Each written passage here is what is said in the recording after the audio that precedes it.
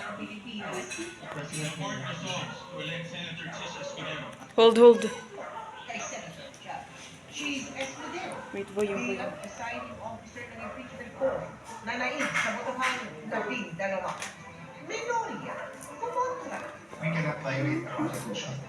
Konstitusyon at depensa, nagtagisa ng kanilang punto. Ang tiwalang ipinagkaloob ay nilabag. Ang kapangyarihang ipinahiram ay inabuso. At ang konstitusyon mismo ang humihingi ng pananagutan. The burden to relationships. He who accuses must prove his Every stop. allegations with evidence. Everyone stop. BIR box ng tax records Vice President Airplane. Pinababalik ng impeachment court. Senate impeachment court presiding officer Escudero. Sinabing 16 na votes ang kailangan para mag-convict ang Vice Presidente. Pagdalo bilang observers ng mga arestadong Senador Marcoleta at Jingo Estrada, iniring naman ng Minoria. Bukod kay Senador Marcoleta, 2 kapwa-akusado inaresto na rin sa kasong plunder.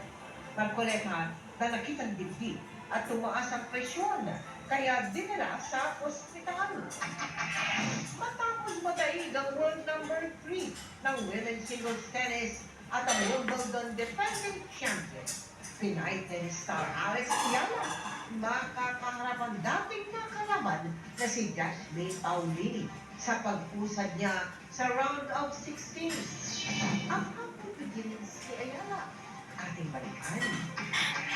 At si Pia Pablo, kinumpirmang hindi na siya niligawan ng kalapit na si Allen Ansari.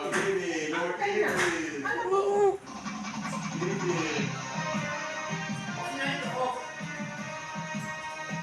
live mula sa GMA Network Center. Ito ang 24 oras.